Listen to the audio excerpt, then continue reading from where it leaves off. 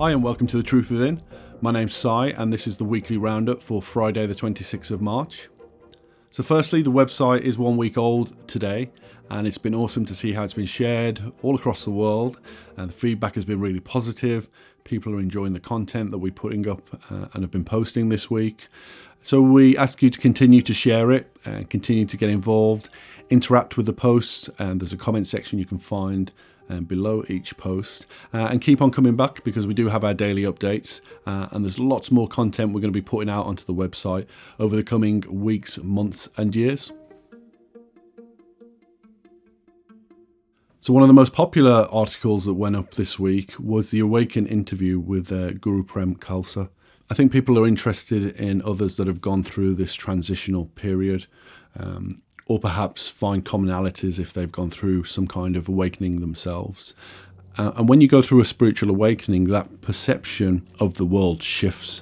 And you go through this paradigm shift, and everything that you thought you knew about reality or knew about the world or understood about the world changes and transitions into this new understanding of this interconnectedness between all beings and all things, in this concept of creation and of God being the creator. And once you go through that awakening period, it changes how you interact day to day with people.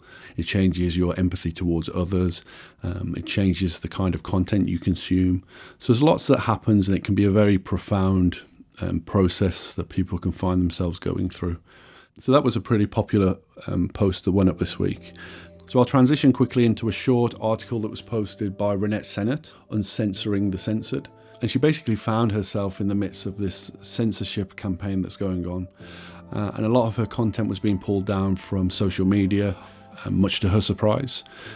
For her, she was trying to make an impact to the people around her by sharing and spreading information straight from sources such as doctors, from scientists, from medical professionals, and finding that that information was being silenced and pulled down from these platforms. You know, we have to be careful with how we traverse this issue of censorship, because if a voice doesn't fit with a mainstream narrative or a certain agenda, it's simply not right just to pull that voice down from prominence so that they're not heard by the masses. So that's something we need to keep an eye on moving forward.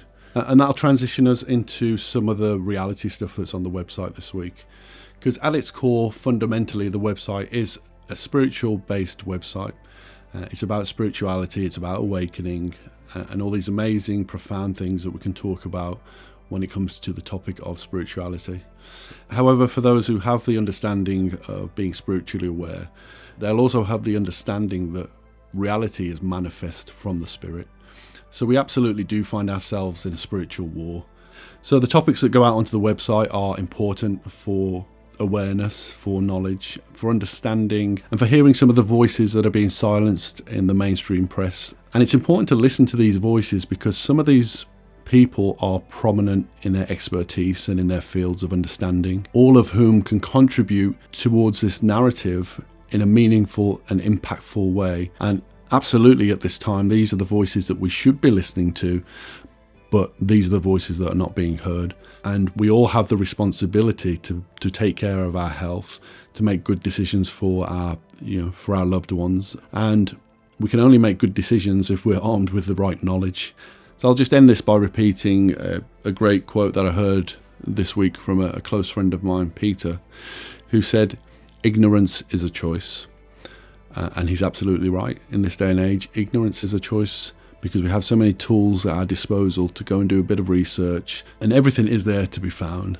It does take time. It is inconvenient, and it can be an uncomfortable journey. But if you are choosing to be ignorant, that absolutely is a choice. But I think that becomes problematic when that choice of ignorance has an impact on how your future is shaped. So before I finish, I'm just going to transition to a couple of articles that went up. Both are speaking to a similar thing, but from different perspectives. So one was by Dr. Lisa Rankin, How to Tap into Your Self-Healing Superpowers. And she was talking about how she was able to observe this spontaneous healing in people when they took themselves out of negative environments, relationships, or jobs. And what she observed with this spontaneous healing from not just mild diseases, but chronic diseases. And then an article that went up today by Eckhart Tolle manifestation, illness, and the ego, we're speaking to something which was similar in nature but with a slightly different perspective on it, and speaking to how the ego loves drama. Now, this might sound a little counterintuitive about the ego loving drama, but this is exactly why we love dramatic films, suspenseful films, horror films, impactful music. This is all stuff that when we consume, it feeds the ego, and when we feed the ego, we feel good. And it's not just around the content that we consume, it's also about our output into the world, how we interact with others on social media perhaps. I think we've all been there when we've put up a good picture of ourselves and we watch the likes and the comments roll in. There's that kind of feel-good factor to those interactions. However, there's many facets to our being, and there's not just the ego. There's the light body, the ethereal body, the emotional body, the mental body, the physical body, and each facet requires a different input. And so in the case of the ego is that feel-good factor. And the ego is very, very powerful. And so what Eckhart Tolle was alluding to was having this awareness around ego. Ego is something that's intrinsic to who we are. It gives us that unique perspective on the world. Ego is that sense of I am, or that sense of self. So it's that one facet which is very important to us, but it's a very, very powerful facet. And to have that awareness around ego in terms of what we consume and what we put out into the world can be very helpful when it comes to making decisions that are good for our spiritual health, or for our mental health, or for our emotional health. So as I said, it's been a week since the platform's been live. There's lots more to come, so stay in touch, stay tuned, keep coming back and checking those daily updates, interact, comment on the articles, share your thoughts, because ultimately what we're building here is a platform for a community.